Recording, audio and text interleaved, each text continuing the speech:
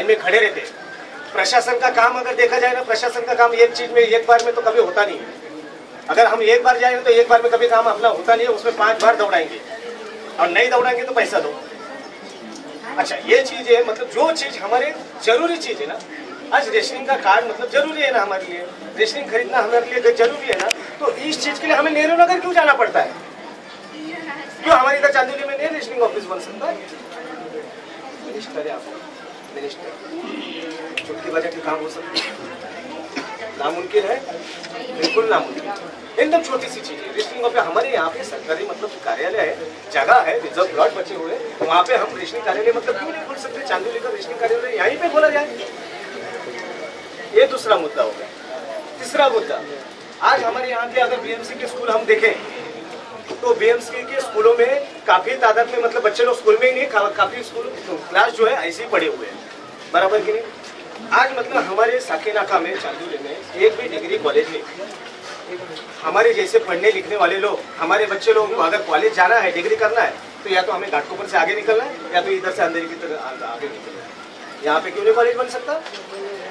आज साकेनाका एक ऐसी चीज है, मैं मुंबई की नहीं बात करूंगा, मैं महाराष्ट्र की भी नहीं बात करूंगा, मैं पूरे देश की बात करूंगा। साकेनाका एक वो जगह है जिस जगह से ना देश के हर कोने में जाया जा सकता है।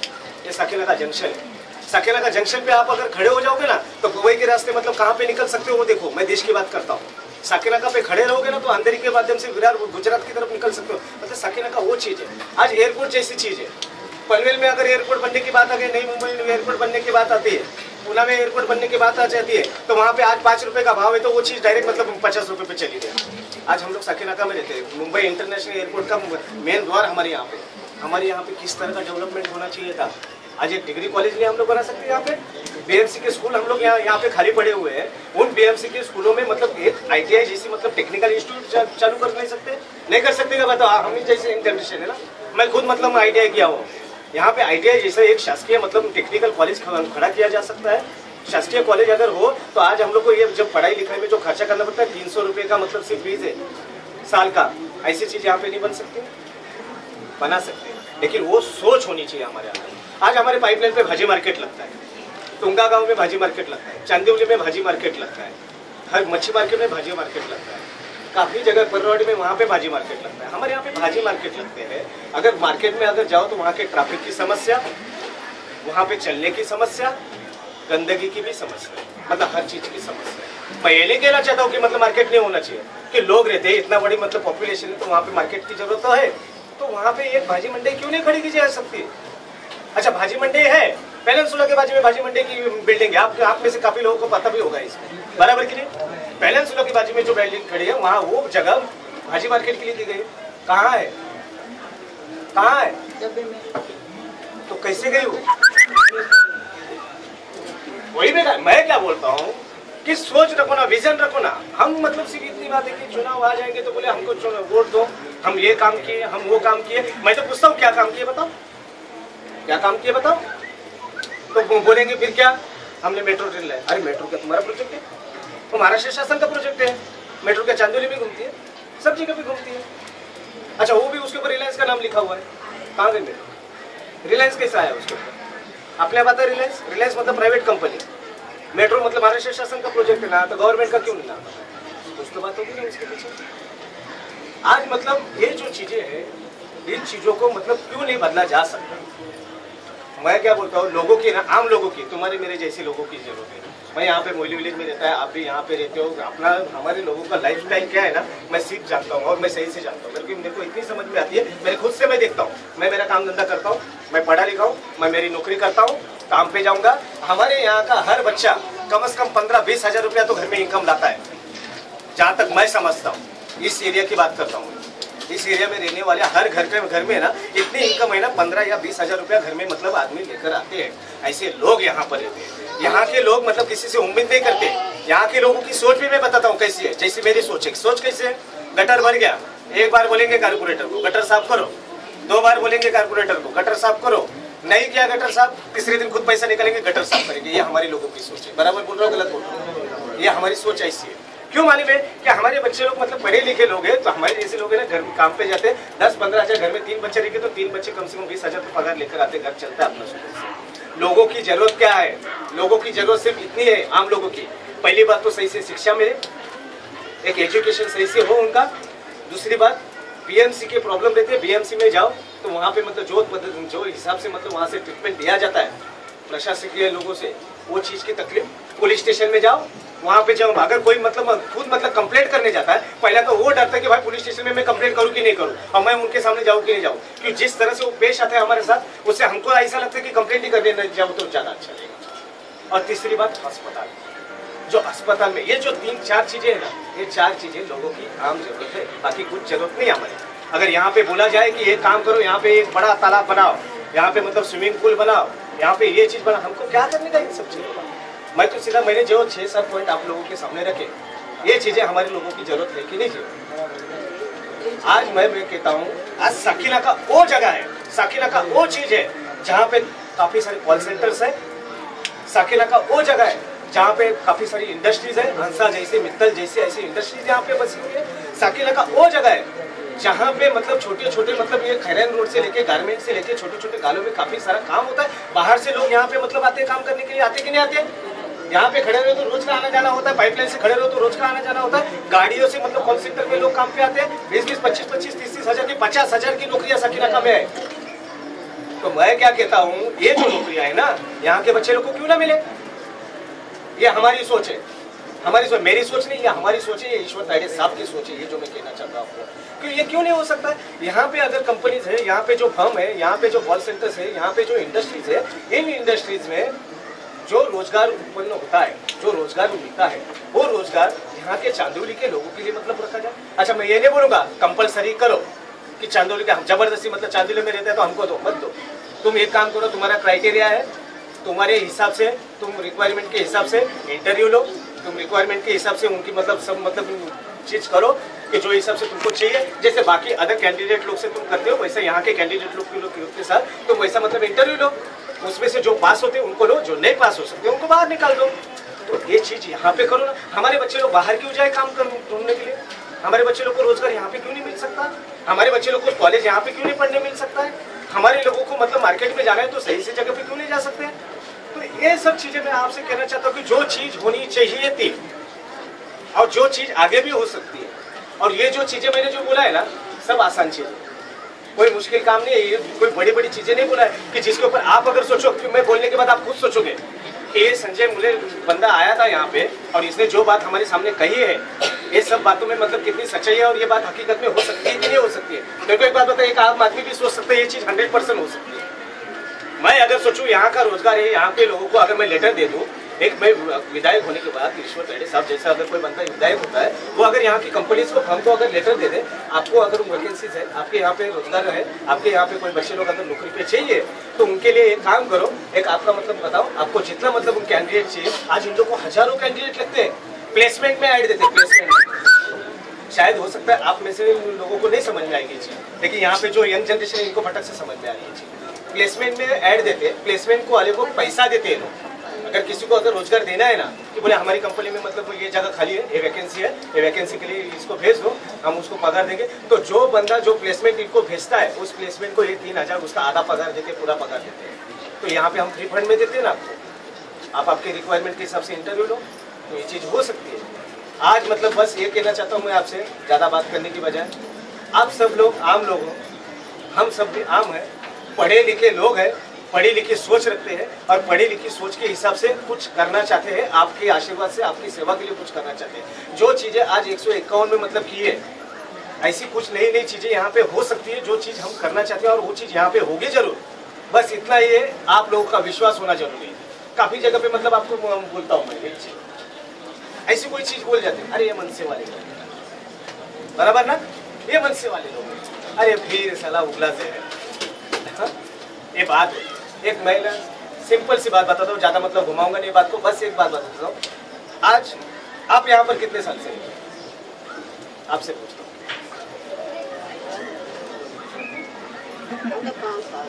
5 साल से। तुम्ही किती वर्षापासून आता? 50 वर्ष झाले।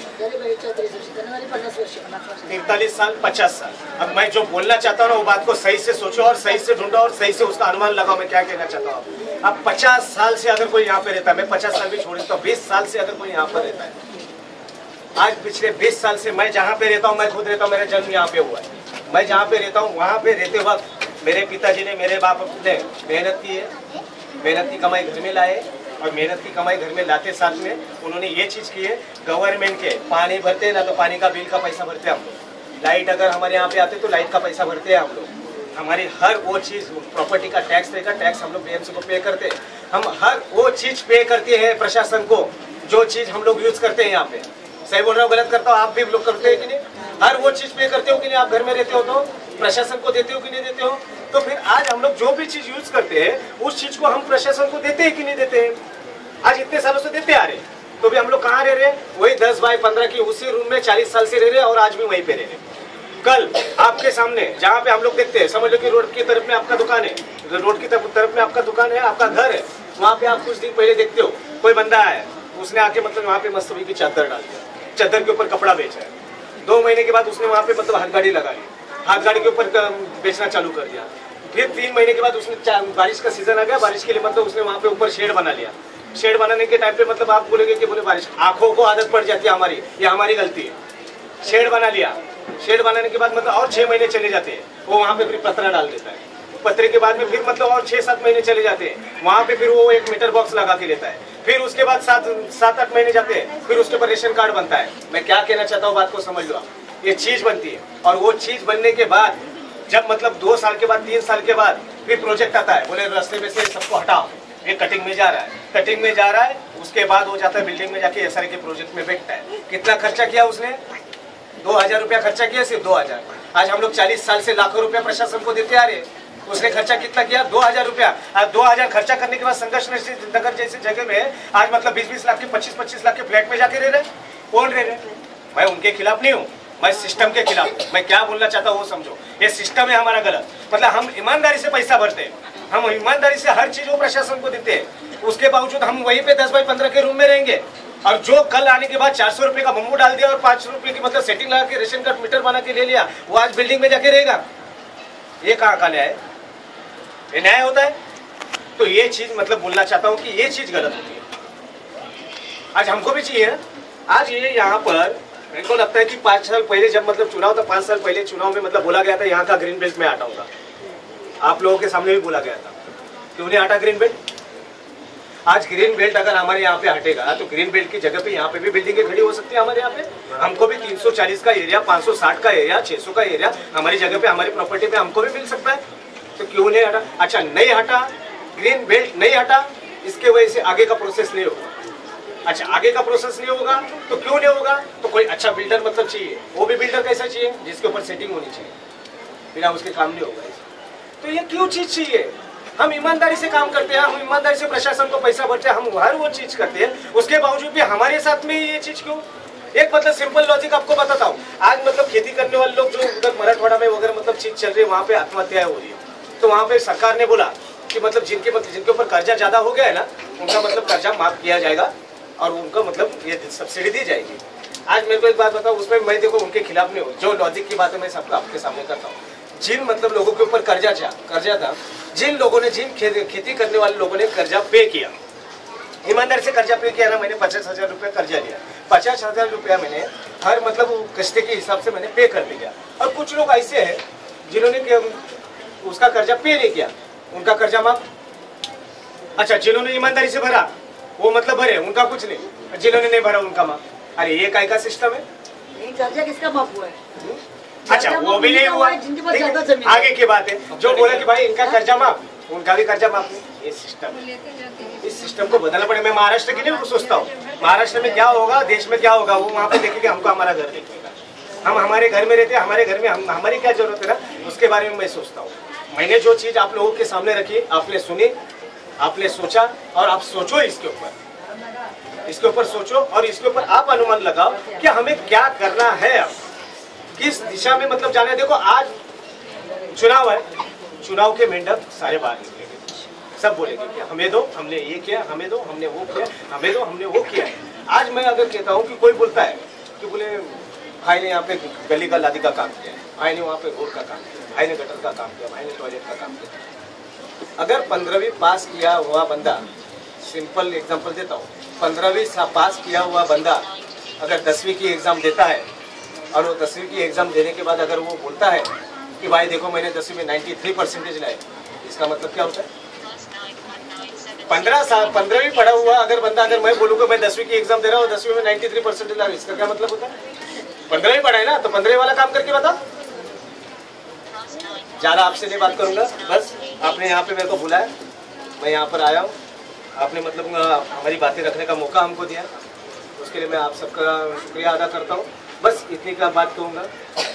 मैं महाराष्ट्र नवनिर्माण सेना की ओर से हूँ और हमारे यहाँ से चांदील विधानसभा से उम्मीदवार के रूप में मेरे जैसे, आपके जैसे पढ़ा लिखा उम्मीदवार ईश्वर तायडे के रूप में है, यहाँ पर काम करने की इच्छा रखता है।